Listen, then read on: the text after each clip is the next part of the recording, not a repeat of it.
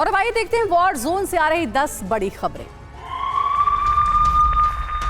Gaza में air strike में तबाही, हमास संसद भवन हमले में तबाह हुआ। हमास की संसद पर आईडीएफ का हमले का खौफनाक वीडियो आया सामने।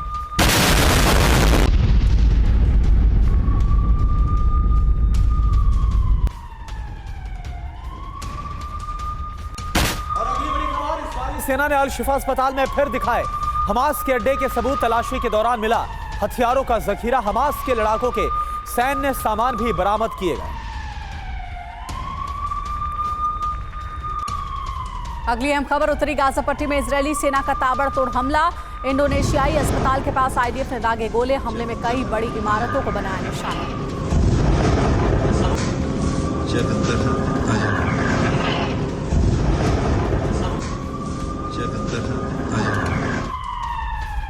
और देखिए एक और बड़ी खबर गाजा से, जहां पर इजरायली सेना का भीषण हमला हुआ। तस्वीरें आपको दिखा रहे हैं, गाजा में इजरायली सेना ने गिराया फास्फोरस बम, लोग भागते हुए नजर आ रहे हैं। फिलिस्तीन मीडिया का दावा, रिहायशी इलाकों को निशाना बनाया गया।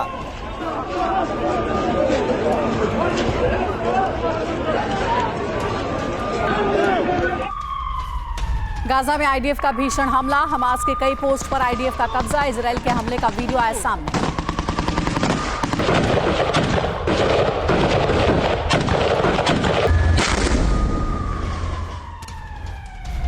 और एक और बड़ी खबर, इजरायली सेना का लेबनान पर जबरदस्त हमला हुआ। हिजबुल्लाह के कई ठिकानों को निशाना बनाया। हमले में हथियार डिपो समेत कई सैन्य चौकियां तबाह हो गई।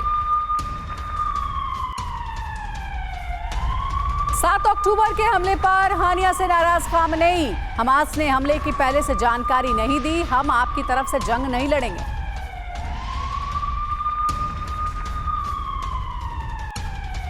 और एक और बड़ी खबर, इजरायली शहरों पर हमास का हमला। हमास ने कई शहरों पर रॉकेट दागे। तेल अवीव, एशकलोन पर हमला हुआ रॉकेट से, किरियात शमोना भी दहला।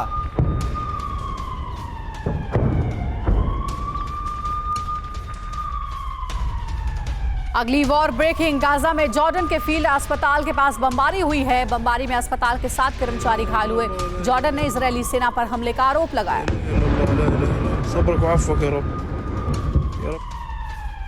और वहीं इजरायल हमास युद्ध पर बोले जो बाइडन, हमास ने इजरायल में नरसंहार किया। जो बाइडन ने कहा हमास के अंत के साथ ही खत्म होगा युद्ध। हमास ने मासूमों को मारा, हम इजरायल के साथ खड़े हैं, बंधकों की रिहाई को लेकर बात कर रहे हैं।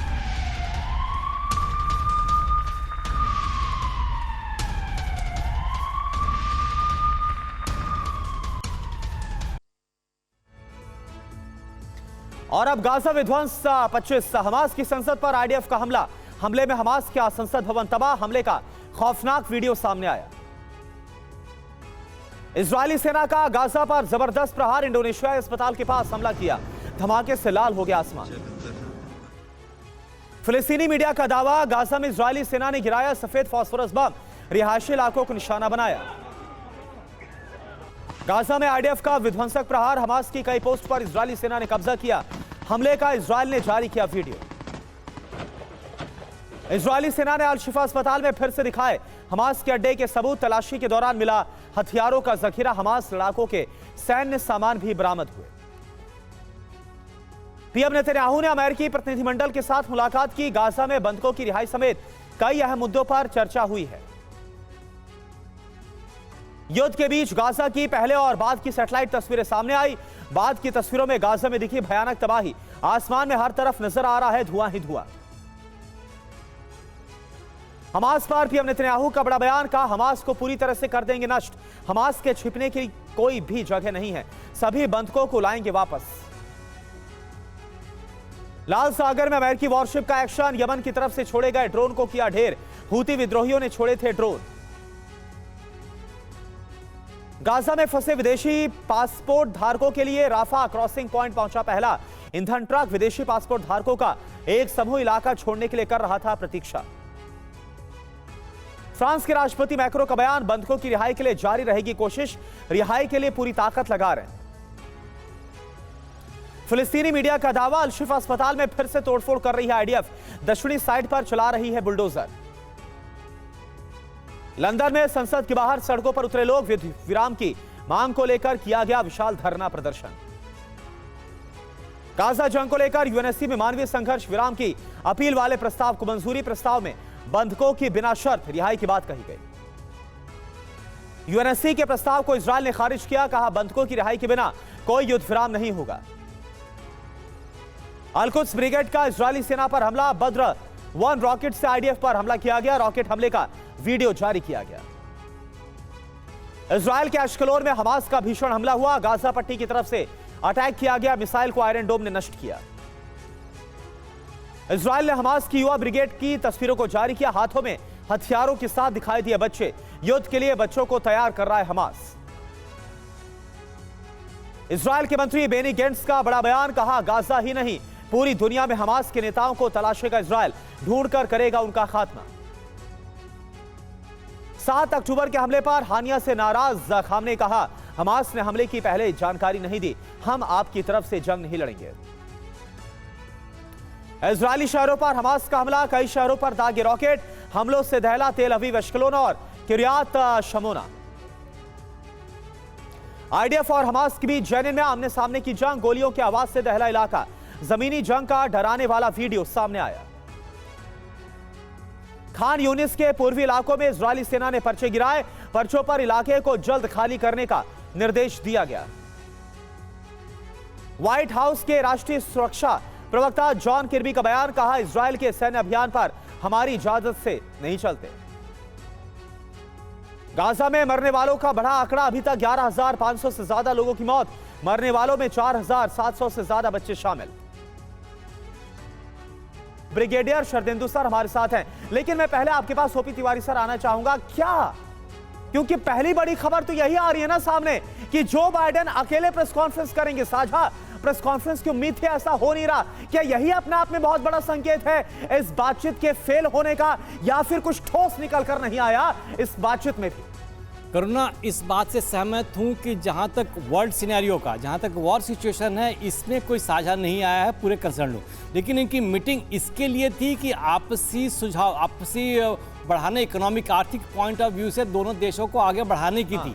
ये तो क्लियर कट है कि इस वॉर में कोई जो सिचुएशन थी, जियोपॉलिटिकल सिचुएशन थी, हमास या ताइवान, इसमें कोई साझा तो होगा नहीं, क्योंकि दोनों देशों के अपने अपने अलग स्टैंड हैं।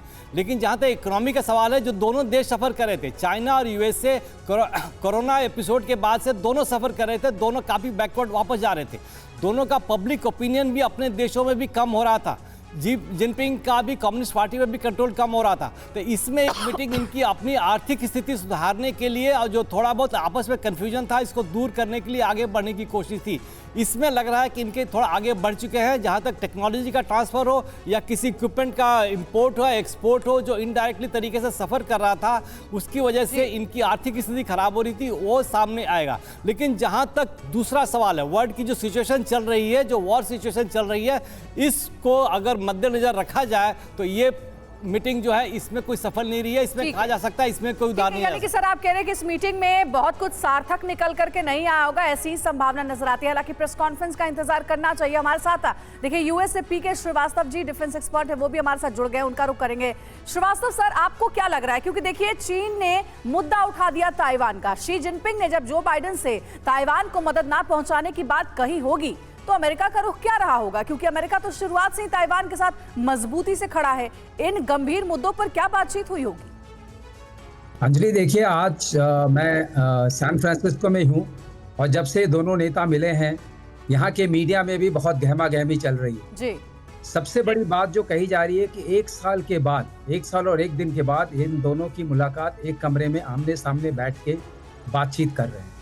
और जहाँ तक सवाल है, ये एपेक जो है, जो एशिया पैसिफिक इकोनॉमिक कोऑपरेशन के साइडलाइंस में हो रहा है, तो मोस्टली इस पे ये समझ दोनों नेताओं में आ गई है कि अगर हम एक दूसरे से इतना कॉम्पिटिटिव रहेंगे तो करोसिव कंपटीशन हो जाएगा। मतलब दोनों देशों को नुकसान हो रहा है। जो सप्लाई चेन है अर्थव्यवस्था की, पूरी अस्त व्यस्त हो रही है जी। तो ये समझदारी के साथ दोनों इस मीटिंग में आए हैं।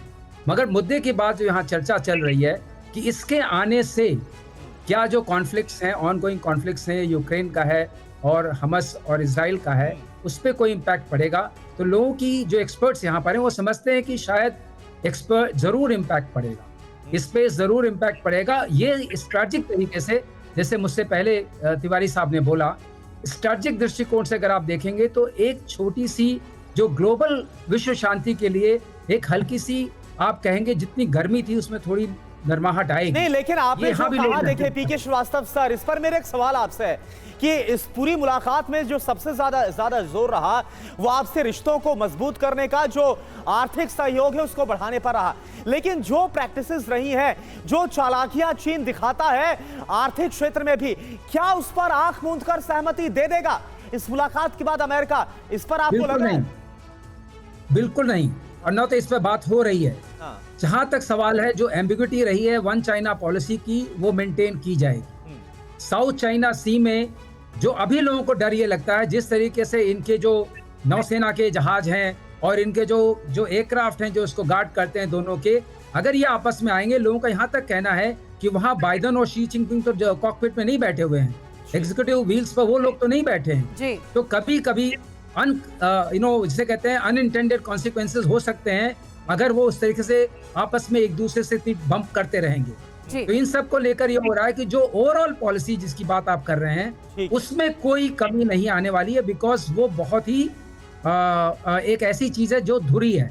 लेकिन एक बात जरूर कही जा रही है कि जो पहले कहा जाता था, जो एस्टैब्लिश्ड पावर है और जो पावर इमर्ज कर रही है, अगर दोनों के बीच में गैप कम हो जाता है, तो जिसको थिसुडिडस प्रिंसिपल भी बोलते हैं, तो उनके बीच में लड़ाई होना जरूरी है, लेकिन वो जरूरी नहीं है, दोनों एग्जिस्ट कर सकते हैं। लौटेंगे आपके पास सर, चर्चा हमारी जारी रहेगी। देखिए, इस बीच एक और अहम डेवलपमेंट है। जिनपिंग से जो बाइडेन ने कहा ईरान से बात करे चीन, मिडिल ईस्ट को ना भड़काए चीन। तो देखिए, जो बाइडेन ने इस वक्त जो गाजा में युद्ध चल रहा है हमास और इजराइल के बीच, जिसमें कहा जाता है कि हमास को पूरी मदद ईरान की तरफ से ही मिलती है, इस मुद्दे को भी उठाया गया और कहा गया है जो बाइडेन की ओर से जिनपिंग को कि आप ईरान से बात करें, मिडिल ईस्ट को ना भड़काए चीन। शरदेंदु सर हमारे साथ स्टूडियो में मौजूद हैं। शरदेंदु सर, इस बयान के बहुत मायने निकलते हैं। मसलन गाजा में जो युद्ध चल रहा है इस वक्त हमास और इजराइल के बीच, जाहिर है कि इसी को लेकर के पॉइंट आउट किया है जो बाइडेन ने। क्या चीन ईरान को समझाएगा कि मिडिल ईस्ट को ना भड़काया जाए? देखिए, ये जो बयान है ये बहुत ही मुद्दे वाला बयान है। ये इसके अगर माने निकालेंगे तो इसके बहुत सारे माने निकलेंगे। मेरा मानना ये है कि ये दोनों की मीटिंग आउट ऑफ कंपल्शन है। अमेरिका देखिए मिडिल ईस्ट में फंसा हुआ है इजराइल का सपोर्ट करके, और उसके मिलिट्री बेसिस पे हमले हो रहे हैं। उसकी से मिडिल ईस्ट में कम होती जा रही है, जिस तरीके से Saudi Arabia Syria, Saudi Arabia Iran, और जिस तरीके से OIC नेशंस का समिट हुआ और एक सुर में तकरीबन उन्होंने इजराइल को ना मदद करने की अपील की और ह्यूमैनिटेरियन एड को बढ़ावा देने की बात की। तो अमेरिका का जो आज की डेट में असर मिडिल ईस्ट में कम हुआ ये तो सभी को पता है। उसमें किसने इसकी जगह फिल की? वो थे चाइना ने ईरान की मदद से, देखिए दोनों में डिप्लोमेटिक रिलेशन इस्टेब्लिश किए, सऊदी अरेबिया और ईरान में, सीरिया और सऊदी अरेबिया में रिलेशन इस्टेब्लिश किए और एक इंग्रेस बनाया। चाइना का जो इकोनॉमिक कॉरिडोर था वो पाकिस्तान से होता हुआ ईरान से लेके मिडिल ईस्ट पहुंचा, और साथ में देखिए टर्की होता हुआ वो यूक्रेन तक पहुंचता है। तो ये उसका लार्जर पिक्चर है, उसमें चाइना बहुत अहम भूमिका निभाता है। इसीलिए अमेरिका के राष्ट्रपति ने चाइना से गुहार की कि वो मिडिल ईस्ट में इंटरफेयर करके ईरान को समझाए, क्योंकि ईरान एक आज की डेट में अनडिक्लेयर्ड न्यूक्लियर पावर है, वो किसी भी एक्सटेंट तक जा सकता है। वो डायरेक्ट हिजबुल्लाह और हुतीज की फंडिंग कर रहा है। हमास को जितने हथियार दिए वो ईरान ने दिए। वो एक बड़ा पिवटल रोल प्ले कर रहा है मिडिल ईस्ट में, लिहाजा वो चाइना की सुनेगा, नॉट बिकॉज कि चाइना एक बहुत बड़ा पावर है, उसने वहां इन्वेस्ट कर रखा है, वहां पे उसके इकोनॉमिक इंटरेस्ट हैं। बहुत सारे जो वॉइड अमेरिका ने क्रिएट किया था उसको फिलअप चाइना ने किया है, तो इसलिए चाइना से उन्होंने गुहार लगाई है। चाइना के भी इंटरेस्ट में है, क्योंकि मेजर स्टेक है चाइना का इकोनॉमिक कॉरिडोर के जरिए भी, ताकि युद्ध जल्द से जल्द अगर खत्म होगा तो इससे भी फायदा चाइना को ही होगा। यह मसला भी यही वजह है कि उठाया भी गया और अमेरिका की तरफ से भी चिंता जाहिर की गई है। और देखिए, लगातार अब इस बात पर नजर बनी हुई है कि आखिर अब इस मुलाकात के बाद जो प्रेस कॉन्फ्रेंस होने वाली है, इस प्रेस कॉन्फ्रेंस में जो बाइडेन क्या बोलते हैं, किस बात का ऐलान करते हैं, और पत्रकारों के क्या वो सवाल होते हैं जिसका जवाब दिया जाएगा। पीके श्रीवास्तव सर, मेरा सवाल देखिए आपसे, अब क्योंकि सबका इंतजार यह है, देखिए पहले यह था कि कोई ज्वाइंट डिक्लेरेशन सामने आएगा, लेकिन ये कंफर्म हो गया है कि कोई ज्वाइंट स्टेटमेंट सामने आएगी, अकेले जो बाइडेन आएंगे, पत्रकारों के सवालों का जवाब देंगे। क्या आपको लग रहा है कि यही अपने आप में एक संकेत है कि अगर आपसी मुद्दे थे और 1 साल के बाद मुलाकात हो रही है तो और बेहतर होता कि दोनों साथ आते और पत्रकारों के सवालों का जवाब देते, प्रेस कॉन्फ्रेंस करते? देखिए, वो बेहतर तो जरूर होता, लेकिन करुणा मैं कहना चाहूंगा कि इसकी कोई भी एक्सपेक्टेशन नहीं थी। किसी भी ज्वाइंट डिक्लेरेशन की दोपहर से चर्चा हो रही है, कोई भी एक्सपेक्टेशन नहीं थी। ये नहीं था कि कोई ज्वाइंट डिक्लेरेशन होगा। सवाल ये है कि ये दोनों एक साथ बैठे और दोनों ने बातचीत की और थोड़ी सी नरमी आएगी रुख में, और दोनों अपने आप को महान नेता मानते हैं। इस वक्त दोनों का कंपल्शन है। अगर आप इकोनॉमिक कंडीशंस को देखें, ग्लोबल इकोनॉमिक कंडीशंस को, तो उसमें यह आ रहा है कि चाइना को एक्चुअली चाइना ड्रैग में है, it's dragging the global economy, और अमेरिका ने इस बार स्टेबलाइज किया है। तो चाइना को भी अमेरिका की जरूरत है। वो शी जिनपिंग जो है, वो जितने सीईओज हैं यहाँ के, तो यहाँ के आपको बता दें, सैन फ्रांसिस्को की इटसेल्फ जो इकोनॉमी है, जीडीपी $500 बिलियन की है। वो उनको टेम्प्ट कर रहे हैं कि आप इन्वेस्टमेंट चाइना में करिए। पहली बात तो ये, उनको इन्वेस्टमेंट चाहिए। और दूसरी सबसे बड़ी बात ये हो रही है कि सारा मुद्दा जो है, सारी धुरी ये है कि जो लॉजिस्टिक्स चेन है, जो ग्लोबल सप्लाई चेन है, इसको डिस्टर्ब नहीं करना चाहिए, नहीं तो सारी की सारी इकोनॉमी, ग्लोबल इकोनॉमी बैठ जाएगी। यहाँ पर सबसे ज्यादा चर्चा हो रही है। जहां तक मिलिट्री एस्पेक्ट का सवाल है, तो अगर ग्लोबल इकोनॉमी मुद्दे में आती है तो मिलिट्री एस्पेक्ट्स भी थोड़े थोड़े सुलझने की ओर चलते हैं। लेकिन अगर आप ये सोचें कि कोई इससे कुंजी है, संभल जाएगी, तो वो नहीं होने वाला है, वो बिल्कुल नहीं होने वाला है। लेकिन शी की एक बात जरूर ध्यान देने वाली है। उन्होंने एक पॉइंट कहा था जो बहुत इंपॉर्टेंट है अपने उसमें। उन्होंने कहा था कि आप ये कोशिश मत करिए, हमारे कल्चर्स अलग हैं, हमारी लैंग्वेज अलग है, हमारे सोचने का तरीका अलग है, हमारी गवर्नेंस अलग है, आप हमें अपने ऊपर रीमॉडल करने की कोशिश मत करिए। Don't try to remodel। यानी पीके श्रीवास्तव सर, ये कम से कम एक कदम तो आगे बढ़े, या आप कहना चाहते हैं कॉन्फिडेंस बिल्डिंग की तरफ, और हो सकता है कि इसका और पॉजिटिव इंपैक्ट निकल कर सामने आए। और जो इस वक्त दुनिया में हम देख रहे हैं, युद्ध छिड़ा हुआ है, हालात बेहद खराब है, इस तरफ भी जो ये बातचीत है वो पॉजिटिव तरीके से रुख करती नजर आए। अंजलि, और इस बीच एक बड़ी खबर है, जिनपिंग का अमेरिका को सीधा संदेश कि देखिए साझा प्रेस कॉन्फ्रेंस नहीं होगी, ये क्लियर हो चुका है। और तस्वीरें भी आपको दिखा रहे हैं, बाइडेन की अकेले प्रेस कॉन्फ्रेंस होगी। थोड़ी देर में वो प्रेस कॉन्फ्रेंस शुरू भी होगी इसी जगह से जहां से तस्वीर आपको दिखा रहे हैं। इसी जगह आएंगे अमेरिकी राष्ट्रपति जो बाइडेन, और एक प्रेस कॉन्फ्रेंस बुलाई गई है जिसमें सभी सवालों का जवाब देंगे। ये जो मुलाकात हुई है चीन के साथ, उस मुलाकात में किन अहम मुद्दों पर बातचीत हुई, कौन से अहम समझौते हुए हैं, सारी डिटेल्स इसी प्रेस कॉन्फ्रेंस में मिलेगी। तैयारी देखिए पूरी हो चुकी है, थोड़ी देर में प्रेस कॉन्फ्रेंस शुरू भी हो जाएगी और फिर आपको हम दिखाएंगे डिटेल में कि आखिर अमेरिका और चीन के बीच ये जो मीटिंग हुई है उसमें क्या सार्थक नतीजे निकले हैं, किन मुद्दों पर सहमति बन पाई है। और अब आपको स्पेशल रिपोर्ट दिखाते हैं। इजरायल की सेना गाजा में हर दिन विनाश का नया अध्याय लिख रही है। गाजा को उत्तर से दक्षिण तक तबाह कर देने के लिए इजरायल ग्राउंड ऑपरेशन के साथ साथ अंडरग्राउंड ऑपरेशन भी बड़े लेवल पर चला रहा है। लेकिन हमास के दिमाग में इजरायल के खिलाफ कुछ और ही घातक प्लान चल रहा है। नए खुलासे के मुताबिक हमास चाहता है कि युद्ध लंबे समय तक चले, जिस वक्त हमास का पूरा वजूद दांव पर लगा है। तो ऐसे वक्त में हमास आखिर क्यों जंग को जारी रखना चाहता है? इस चाल के पीछे हमास की रणनीति आखिर क्या है? देखिए आप एक्सक्लूसिव रिपोर्ट।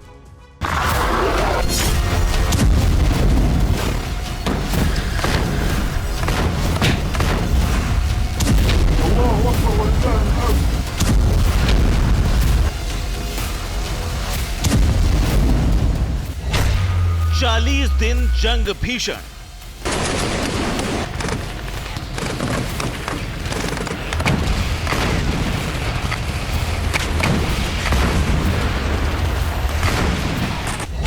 एक अंतहीन युद्ध की तरफ जाता दिख रहा है इजराइल और हमास का बारूदी टकराव।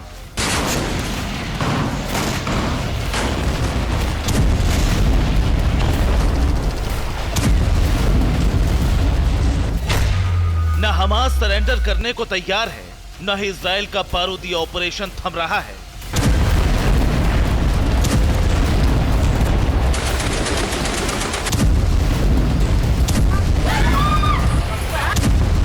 गाजा में हर तरफ विध्वंस और तबाही दिख रही है। उत्तरी गाजा का नामो निशान मिटता दिख रहा है।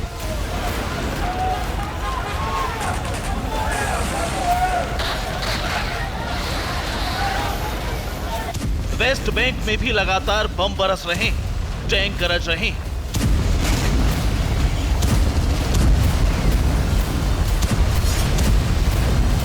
हमास के कई ठिकानों पर इजरायली सेना कब्जा कर चुकी है। गाजा की संसद से लेकर गाजा के कई कैंपों को भी इजराइल अपनी कमान में ले चुका है।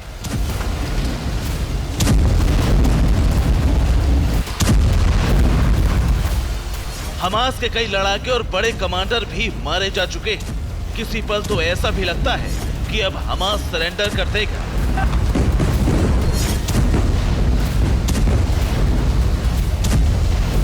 मंगलवार रात से ही गाजा में इजराइल का ऑपरेशन काफी तेज हो गया है। इसके बाद अब इजराइल दक्षिण गाजा में भी बड़ा संहार करने पर आमादा है।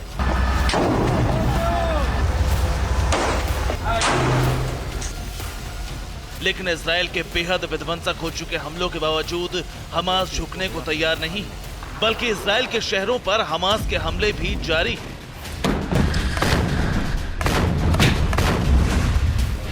अल्लाहु अकबर वलिल्लाहिल हम्द। ऐसे में सवाल ये है कि क्या हमास युद्ध को लंबा खींच रहा है? हमास जंग को जारी क्यों रखना चाहता है? अंतहीन युद्ध के पीछे क्या है हमास की रणनीति? हमास युद्ध को भले लंबा खींचना चाहता है, लेकिन इजराइल के हमले उतने ही प्रलयंकारी हो गए। उत्तरी गाजा के जबालिया में इजरायली बारूद से ये इलाका थर्रा उठा।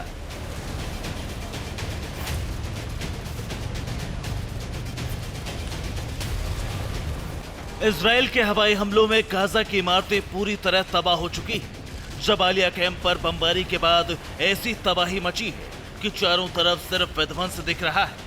हर तरफ सिर्फ मलबा बचा है।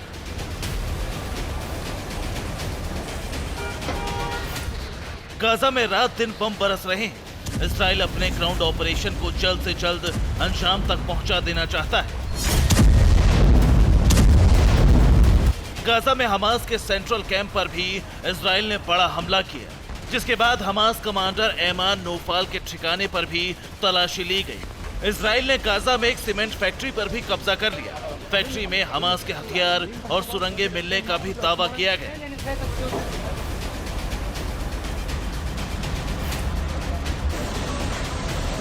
इजरायली सेना ने हमास को डेडलाइन भी दे दी है। इजराइल का दावा है कि अगले 21 दिन में उत्तरी गाजा से हमास का पूरी तरह से खात्मा हो जाएगा। उत्तरी गाजा को क्लीन करने में ज्यादा से ज्यादा 3 हफ्ते लगेंगे।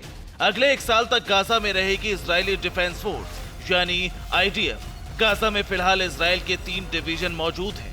युद्ध के जानकारों का मानना है कि हमास इजरायली सेना के साथ आमने सामने के युद्ध में नहीं उलझना चाहता। हमास हर तरह से चाहता है कि ये युद्ध लंबा खिंचे और इजराइल की सेना हर तरह से थकती चली जाए। इजराइल पूरे गाजा से जल्द हमास के खात्मे का दावा कर रहा है, लेकिन इसी बीच इजराइल की राजधानी तेल अवीव पर हमास ने बड़ा हमला किया। एक्सपर्ट्स का मानना है कि हमास की जंग अभी बाकी है। Institute of the study of war यानी ISW की एक रिपोर्ट में दावा किया गया है कि हमास जानबूझकर युद्ध को लंबा खींच रहा है। रिपोर्ट के अनुसार हमास ने गाजा में इजराइल के खिलाफ एक खास रणनीति बनाई है, जिसमें 5 बड़े प्लान हैं। पहला प्लान धीमी जंग, दूसरा प्लान गोरिल्ला युद्ध, तीसरा प्लान है थकाओ और मारो, चौथा प्लान है क्षेत्रीय ताकत और हमास का 5वां प्लान है वैश्विक समर्थन। अपनी इसी रणनीति के तहत हमास ने इजराइल के अश्केलोन में मिसाइल से हमला किया। इस हमले में अश्केलोन के कई घरों और गाड़ियों को भी भारी नुकसान पहुंचा। इस वक्त TV9 भारतवर्ष की मौजूदगी इजराइल के अश्केलोन इलाके में है, जहां थोड़ी देर पहले एक मिसाइल आकर गिरी है जो कि गाजा पट्टी से आई थी और इसमें बहुत ज्यादा नुकसान हुआ। सबसे पहले देखिए यहां जहां पर मिट्टी डाली गई है, इस जगह पर वो मिसाइल आकर गिरी है और उसके बाद यहां खड़ी गाड़ियों को नुकसान पहुंचाया। कई गाड़ियों को हटाया गया है। ये गाड़ी आप साफ तौर पर देख सकते हैं कि कैसे इसकी जद में आई है और उसके बाद इस हमले को अंजाम दिया गया है। इसकी छींटे मिसाइल के जो उसके पार्ट्स हैं वो कैसे इस गेट को नुकसान पहुंचाया है वो आप देखिए, और सामने के घरों में भी नुकसान पहुंचा है, गाड़ियों को नुकसान पहुंचा है। इजरायली सेना को हर तरह से नुकसान पहुंचाने के लिए हमास हर तरह की नीति अपना रहा है और इजराइल को गुमराह करने की कोशिश कर रहा है। गाजा में इजरायली डिफेंस फोर्सेस का ऑपरेशन भी जारी है और अब दक्षिणी गाजा में आईडीएफ की ओर से ऑपरेशन किया जाएगा। इजरायल के रक्षा मंत्री ने कहा है कि गाजा में हमास जहां कहीं भी होगा उसे ढूंढकर खत्म कर दिया जाएगा। एक्सपर्ट्स का मानना है कि इजराइल को हमास इस तरह से जंग में उलझाए रखना चाहता है ताकि इजरायली सेना के बड़े हथियार और गोला बारूद खत्म हो जाए। इसी मौके का फायदा उठाकर हमास अपने समर्थक देशों से नए विध्वंसक हथियार हासिल करके इजराइल पर फिर से बड़े हमले की ताक में है। Bureau report, TV9 Bharatvarsh.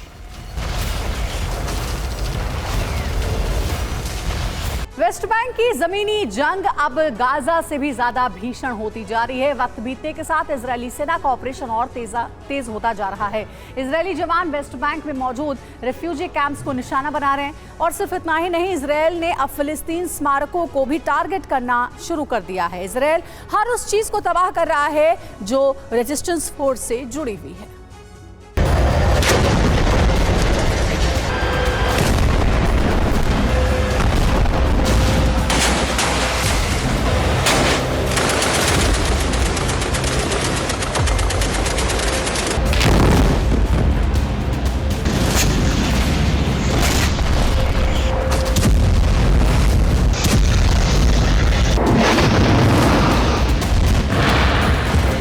एक तरफ गाजा विनाश की आग में चल रहा है तो दूसरी तरफ वेस्ट बैंक भी इजरायली सेना के प्रतिशोध में धड़क रहा है।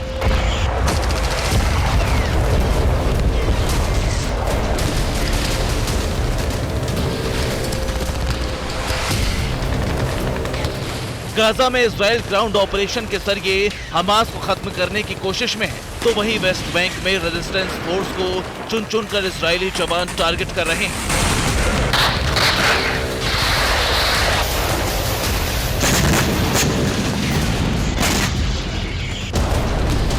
ये वीडियो वेस्ट बैंक के कलिंदिया का है जहां रात के वक्त इजरायली जवानों ने एक घर पर रेड की। इजराइल का दावा है कि यहां 3 हमास के लड़ाके छिपे हुए थे। लड़ाकों और इजरायली जवानों के बीच जबरदस्त गोलीबारी हुई।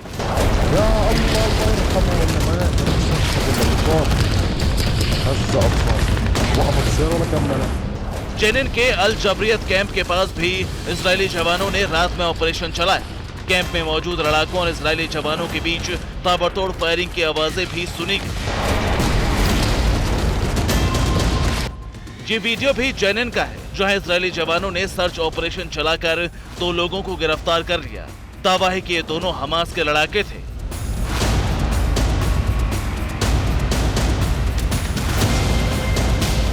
जेनिन में जहां इजरायल के जवान जबरदस्त ऑपरेशन चला रहे हैं वहीं तुलकाम में भी आईडीएफ के जवान कहर बरपा रहे हैं। तुलकाम में कई जगहों पर आईडीएफ फोर्सेज और हमास लड़ाकों के बीच भीषण गोलीबारी हुई। कई घंटों तक पूरा इलाका गोलियों की आवाज से गूंजता रहा।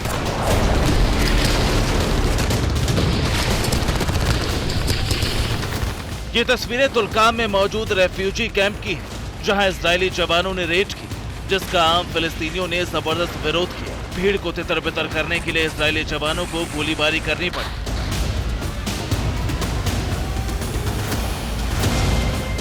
आईडीएफ का दावा है कि यहां मौजूद शरणार्थी शिविर में बड़ी संख्या में विस्फोटक होने की खबर थी, जिसके बाद सर्च ऑपरेशन चलाया गया। ऑपरेशन के दौरान भारी मात्रा में विस्फोटक मिले, जिन्हें शिविर में मौजूद एक लैब में बनाया जा रहा है, जिसे नष्ट कर दिया गया।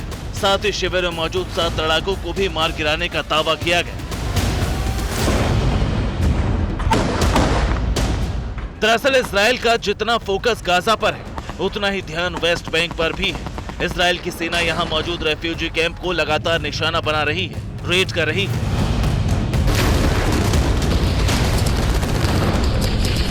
और इस बीच एक बड़ी खबर आ रही है, वो आपको बता दें, इजरायल युद्ध पर बाइडेन का बड़ा बयान। हमास के अंत के साथ युद्ध खत्म होगा, जो बाइडेन ने कहा है। हमास ने इजरायल में नरसंहार किया है। बाइडेन ने कहा, पहले हमास ने युद्ध अपराध किया, जंग में बहुत संभल कर चलने की जरूरत है। तो देखिए, इस बयान के जरिए ये तो समझ में आ गया है कि सीज फायर की कोई गुंजाइश नहीं है, क्योंकि हमास का जब तक इजरायल खात्मा नहीं करेगा तब तक ये युद्ध नहीं रुकने वाला। और एक और बड़ी खबर, गाजा में अस्पताल के नीचे सुरंग मिली है। ये बात जो बाइडेन की तरफ से भी कही गई। प्रेस कॉन्फ्रेंस में बंधकों की रिहाई को लेकर बात हम कर रहे हैं। हमास ने मासूमों को मारा, हम इजराइल के साथ खड़े हैं, इजरायली आर्मी के साथ। हम फिर से, हमास हम पर कर सकता है हमला, ये बात जो बाइडेन की तरफ से कही गई।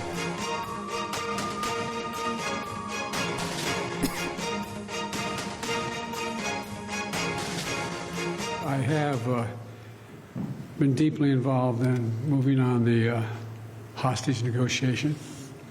And I don't want to get ahead of myself here because I don't know what's happened in the last 4 hours. When is this going to stop?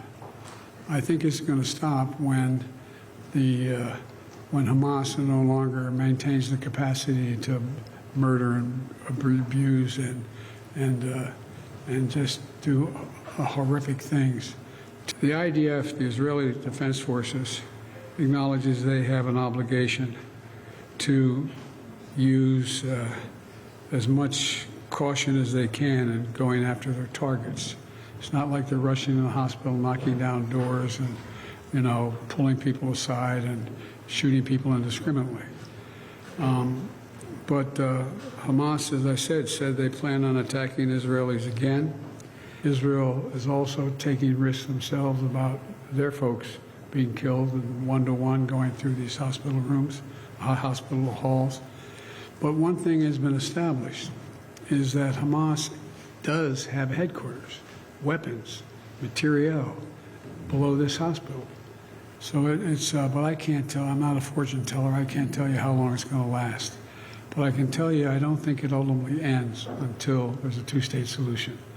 I made it clear to the Israelis I think it's a big mistake for them to think they're going to occupy Gaza and maintain Gaza. I don't think that works. तो महामुलाकात हुई है और किस पर विवाद है ये भी जानना जरूरी है। जल्दी से आपको हम जानकारी देते हैं। देखिए, विवाद की सबसे पहली जो प्रमुख वजह सामने आई है ताइवान के मुद्दे पर बातचीत हुई है। ताइवान, ईरान और गाजा, इन 3 अहम मुद्दों पर बातचीत हुई है जिनपिंग और जो बाइडेन के बीच में, और साथ ही साथ middle east, Ukraine, north Korea के बीच में भी बातचीत हुई है। और देखिए, हमास पर अमेरिकी राष्ट्रपति ने क्या कहा यह भी आप जानिए। बिग वॉल के जरिए आपको पूरी इंफॉर्मेशन हम दिखा रहे हैं। बिग वॉल पर एक जानकारी, तो बिग वॉल पर हमास को लेकर क्या कहा गया है यह इंफॉर्मेशन हम आपको दिखाएं। लेकिन ये आपको बता दें, यह बात पुरजोर तरीके से रखी गई है। 10 बड़ी बात। पहली बड़ी बात क्या है? हमास के अंत के साथ ही यह युद्ध खत्म होगा, यह बात जो बाइडेन की तरफ से कही गई। अगली बड़ी बात क्या रखी गई है? इजराइल पर हमला हमास की बहुत बड़ी गलती थी जो 7 तारीख का नरसंहार हमास ने किया था। साथ ही साथ आगे कहा गया है कि हमास ने इजराइल में नरसंहार किया है। आगे ये भी कहा गया इस बैठक में कि हमास ने इजराइल में मासूमों को मारा है और हमास और आईडीएफ में सीधी लड़ाई हो।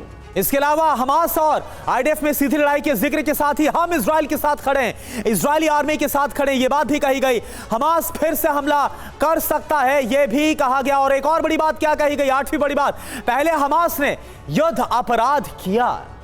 जी, आगे जानकारी यह भी है कि बंधकों को जल्द रिहा कराना जरूरी है और बंधकों की रिहाई को लेकर के बातचीत जारी रहेगी। तो ये वो कुछ अहम मुद्दे हैं जिसको लेकर के बातचीत हुई है।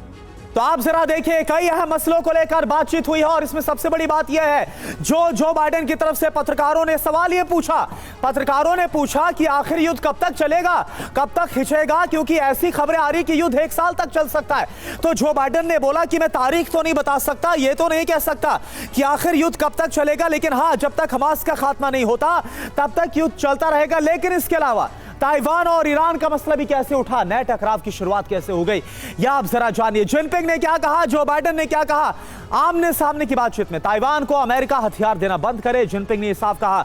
तो जो बाइडेन ने कहा ताइवान में चुनाव प्रक्रिया का सम्मान होना चाहिए, जो चुनाव वहां पर होने वाले। जिनपिंग ने कहा ताइवान की स्वतंत्रता का समर्थन होना चाहिए। बाइडेन ने कहा ईरान मिडिल ईस्ट के उकसावे से साफ तौर पर बचे, यह बात जो बाइडेन की तरफ से कही गई। जिनपिंग ने बोला ताइवान को चीन में शामिल करने पर हमें समर्थन जरूरी है। तो बाइडेन ने बोला ईरान को बढ़ावा देना चीन साफ तौर पर बंद करे, यह चीन को दो टूक कह दिया चीन की तरफ से। और क्या कहा गया? ताइवान को चीन में शामिल करने पर समर्थन जरूरी है। तो बाइडेन बोल रहे हमास फिलिस्तीन से अलग है। और क्या कहा गया आप जरा देख लीजिए, पॉइंटर्स के जरिए आपको बता रहे हैं। अब ये जो बातें आमने सामने कही गई, जो दो टूक मैसेज दे दिया गया, इसके मायने क्या है? चीन ने ताइवान के मुद्दे पर अमेरिका को घेरने की कोशिश की है, यह साफ तौर पर नजर आया। ताइवान के साथ जो अमेरिका लगातार खड़ा है, मिलिट्री सपोर्ट उसको दे रहा है, तमाम तरह से ताइवान को मदद देता नजर आ रहा है। अमेरिका ने ईरान का मुद्दा उठाकर चीन को भी संदेश दिया है कि ईरान को लगातार जिस तरह से भड़काया जा रहा है, समर्थन दिया जा रहा है, इससे आज मिडिल ईस्ट में हालात बेहद खराब है और चीन एक तरह से जिम्मेदार है, यह अप्रत्यक्ष तौर पर कह दिया गया। बाइडेन ने गाजा जंग पर हमास को भी सख्त चेतावनी दी है। तो ये जो मायने हैं वो आपसे बातचीत का और एक दूसरे के साथ जो डायलॉग हुआ वो समझ में आ रहा है। एक और बड़ी खबर अंजलि का हम रुख करते हैं। और अहम खबर यह कि ताइवान के मुद्दे पर बोले जो बाइडेन, ताइवान से संबंधों पर हमेशा जोर रहेगा। ताइवान चुनाव पर बात भी हुई है। जो बाइडेन ने कहा अमेरिका एक चीन के मुद्दे पर प्रतिबद्ध है और अमेरिका चीन के साझा मुद्दों पर चर्चा हुई है। देखिए, ताइवान को लेकर के बातचीत हुई है कि ताइवान में चुनाव कराने दे चीन। जो बाइडेन ने शी जिनपिंग से मुलाकात में ये कहा।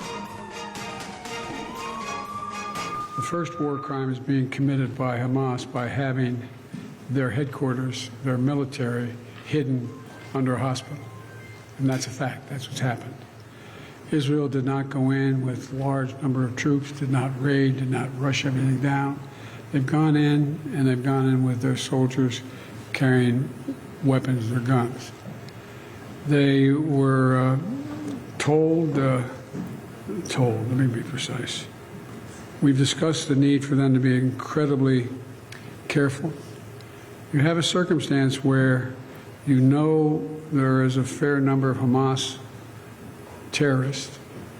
Hamas has already said publicly that they plan on attacking Israel again, like they did before, do everything cutting babies' heads off to burning women and children alive.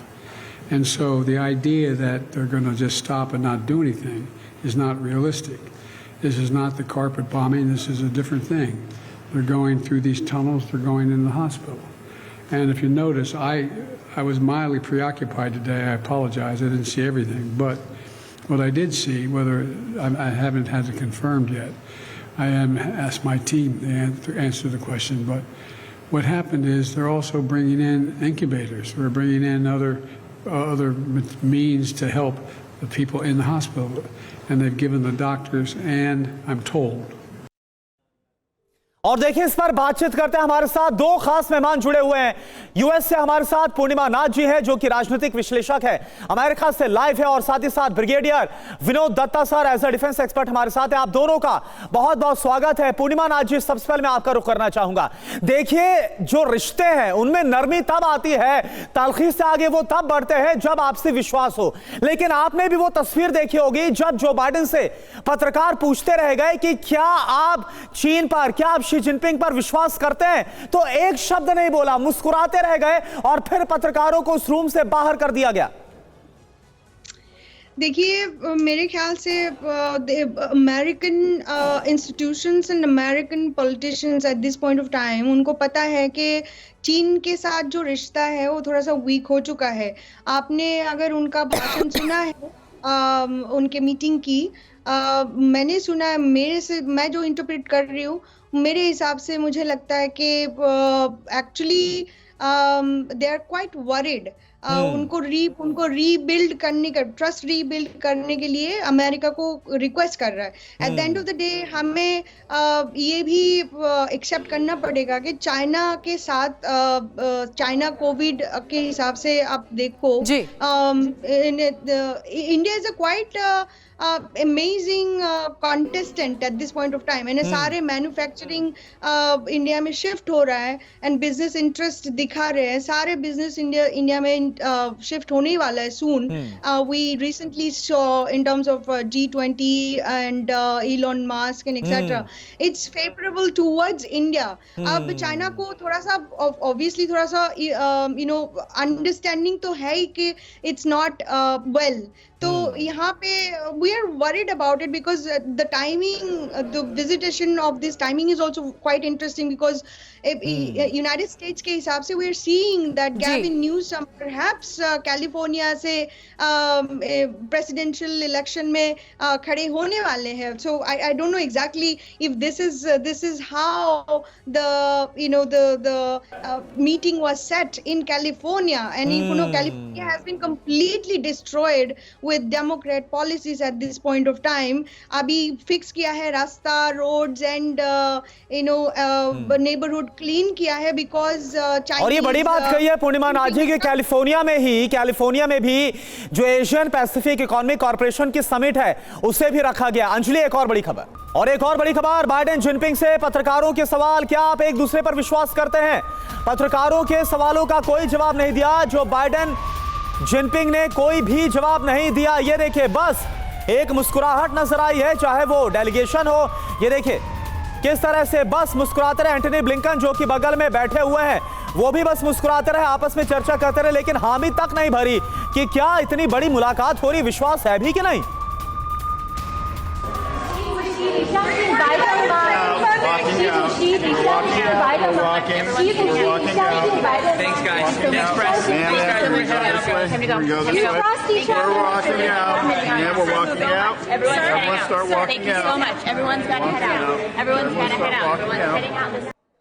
और brigadier Dutta हमारे साथ हैं। Vinod Datta sir, आपको क्या लगता है, देखिए जिस तरीके से प्रेस के सवालों का जवाब जो बाइडेन नहीं दे पाए जब पूछा गया कि क्या चीन पर भरोसा करना चाहिए, जाहिर तौर पर वो जो उनकी बॉडी लैंग्वेज है वो बहुत कुछ बताती है, लेकिन इस मीटिंग के बीच आप पॉजिटिव साइड क्या देखते हैं? क्या संभावना है कि अमेरिका और चीन के रिश्ते बेहतर हो?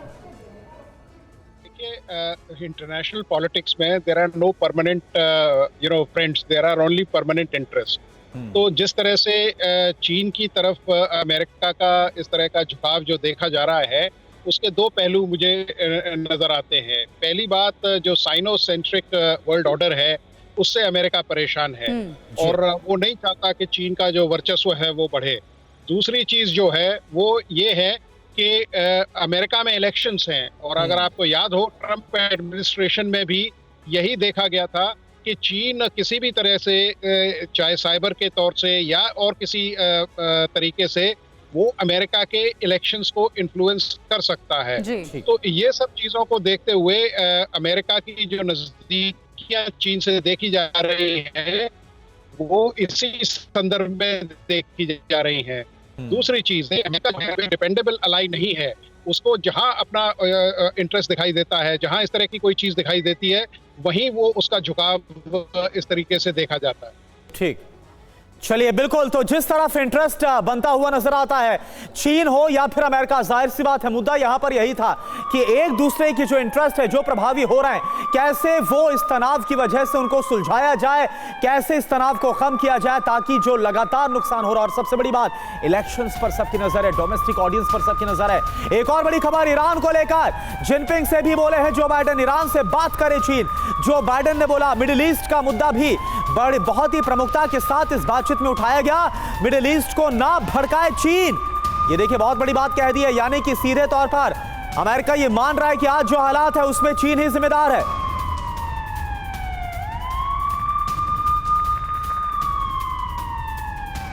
और अहम खबर है बाइडेन से जिनपिंग की दो टूक, अमेरिका चीन को दबाने की कोशिश ना करे, अमेरिका से आगे निकलने की होड़ नहीं है, चीन औपनिवेशक लूट के रास्ते पर नहीं है, चीन ताकत का गलत रास्ता नहीं अपनाता। तो देखिए ये बड़ा बयान दिया गया है कि चीन ताकत का गलत रास्ता नहीं अपनाता है और यूएस से आगे निकलने की कोई होड़ भी नहीं है। पूर्णिमा नाथ जी हमारे साथ राजनीतिक विश्लेषक जुड़ी हुई है। पूर्णिमा जी, जिस तरीके से ये बयान दिया गया है शी जिनपिंग की ओर से तलखी के साथ कि अमेरिका ने हमेशा से चीन को दबाने की कोशिश की है, सवाल इसलिए बार बार उठ रहे हैं कि क्या इस तलखी भरे अंदाज के बीच जो अमेरिका और चीन के रिश्ते दुनिया में जग जाहिर है, इस मीटिंग के बाद उस पर कोई खासा असर पड़ने वाला है जिन अहम मुद्दों को लेकर बातचीत हुई है? देखिए, अमेरिका के हिसाब से आप देखिए, from A leftist Democrat standpoint of actually Marxism की massive influence है।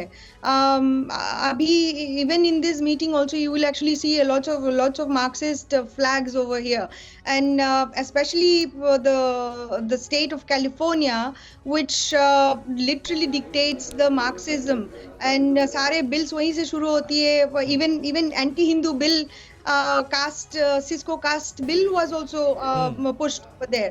तो मेरे ख्याल से ये मीटिंग अहमियत तो रखती है। लेकिन पूर्णिमा नाथ जी, आपको नहीं लगता, मैं इस बयान पर आना चाहूंगा कि सीधे तौर पर यह भी बतला दिया अमेरिका ने कि आज जो हालात हैं वो चीन की वजह से मिडिल ईस्ट में है, ईरान को समर्थन देना बंद करे?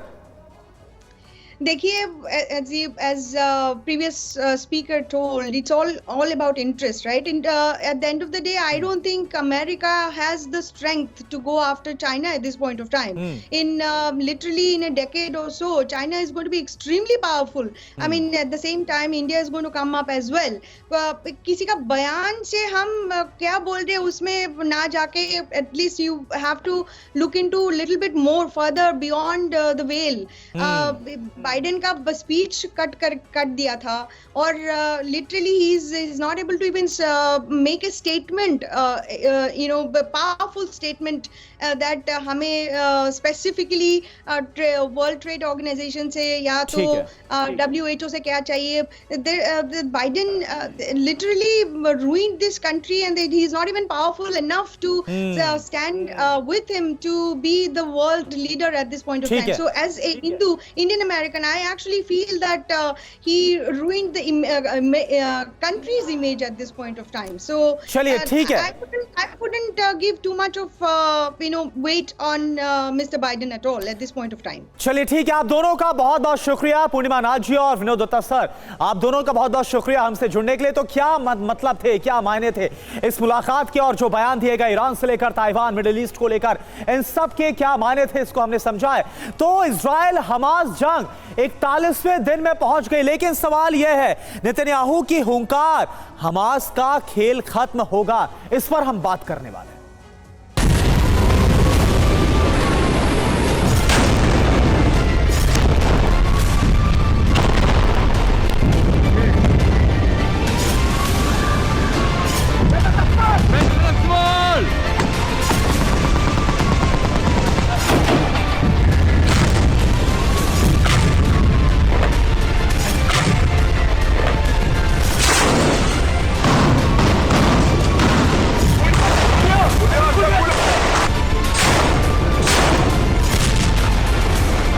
और गाजा के अल शिफा अस्पताल में इजरायली सेना को और क्या क्या मिला है, ये खुद इजरायली सेना के प्रवक्ता ने अल शिफा अस्पताल के अंदर कैमरे पर बताया है. It is definitely an MRI machine, and if you follow me behind the MRI machine, I'll show you what our troops exposed just minutes ago. In military terms, this is a grab bag, grab and go of a Hamas combatant, and if you zoom in and we get some light over here, what you will be able to see is military equipment. There is an AK-47, there are cartridges, ammo, there are grenades in here, of course uniform, and all of this was hidden very conveniently, secretly behind the MRI machine.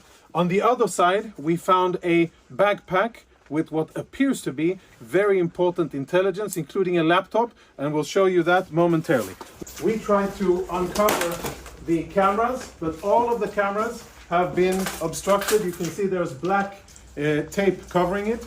And when our troops opened this closet here, which is in the main part of the clinic, this is what they found.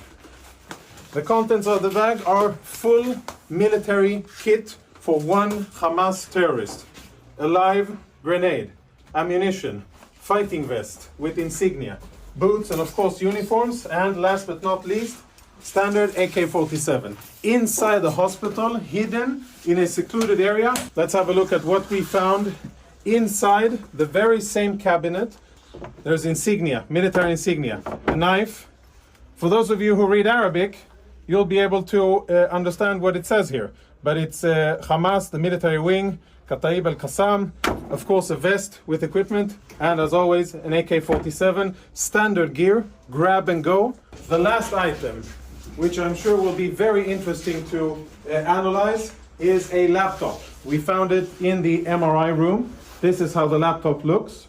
I don't know who it belonged to, but now it is being analyzed by our intel people. Tactical radio communications, which we will analyze. Lots of disks, which will be analyzed, and a computer which at first glance already provides a lot of incriminating evidence. तो Gaza के सबसे बड़े अस्पताल अल शिफा पर IDF ने कब्जा कर लिया है. रंतीसी अस्पताल के बाद आईडीएफ ने अल शिफा अस्पताल के अंदर भी कई बड़े खुलासे किए हैं. अस्पताल के अंदर रेड के बाद आईडीएफ को क्या क्या मिला, ग्राफिक्स के जरिए आपको पूरी डिटेल अब हम दिखा रहे हैं. जिंदा सबूत क्या मिले, गाजा में अस्पताल जंग के मैदान में कैसे तब्दील हो गया, इस बात का जिंदा सबूत मिला है. अल शिफा अस्पताल पर इस वक्त आईडीएफ का कब्जा पूरी तरह से हो गया है और लगातार हमास का जो ठिकाना उसको तलाशा जा रहा है और सबूत वहां से निकाले जा रहे हैं। अस्पताल के नीचे से सुरंग मिली है, यह बात खुद जो बाइडेन ने भी अपने प्रेस कॉन्फ्रेंस में कही कि अस्पताल के नीचे टनल बनाकर रखी गई थी, अड्डा बनाया हुआ था, सुरंग में बंकर हमास का हेडक्वार्टर मिला है आईडीएफ की तरफ से। यह भी बताया गया हमास का कंट्रोल रूम मिला, यानी आईडीएफ की तरफ से जो कहा जा रहा है वो उसके दावे के साथ जाता हुआ नजर आ रहा है कि यहां पर हमास की मौजूदगी थी। एमआरआई मशीन के पीछे हथियार थे, ग्रेनेड, AK-47 राइफल यहां पर रखी गई थी। एमआरआई रूम में हमास के लड़ाकों का लैपटॉप मिला है, यानी देखिए किस तरह से अस्पताल का जो कोना कोना है उसे अपने लिए इस्तेमाल कर रहा था हमास। अस्पताल में कम्युनिकेशन सिस्टम बकायदा एस्टैब्लिश किया हुआ था हमास ने, सीसीटीवी कैमरों को ढका गया था अस्पताल के अंदर, और इसके अलावा मेडिकल किट में भी हथियार छुपा कर रखे गए थे। इस तरह से धोखा देने की जो कोशिश है वो हमास की थी इजरायली फोर्स को, और इसका इस्तेमाल करके इजरायली सेना पर हमला करना था। हथियारों का जखीरा भी हमने आपको दिखाया, कैसे बड़ी संख्या में जो हथियार हैं वो यहां से बरामद किए गए हैं।